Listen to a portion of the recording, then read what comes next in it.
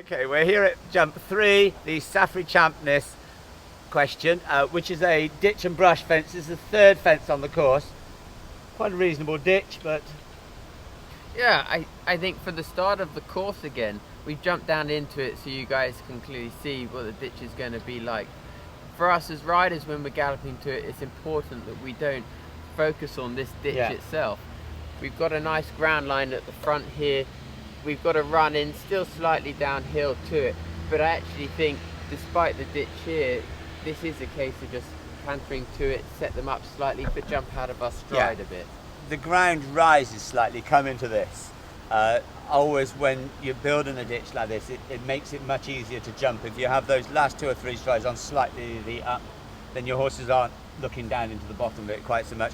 The one thing about this is actually where it's placed and where you're coming from, the trees get in the way a little bit. And so I think there'll be a little bit of a thought process, I hope, about which side of the trees you're going to go and your route to it. I was just looking at that there, whether we come this side of the trees or if we drop to that side of the trees, we come around some fences.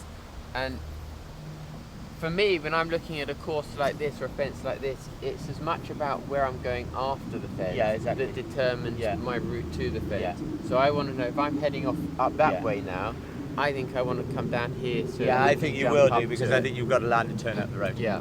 Yeah, good.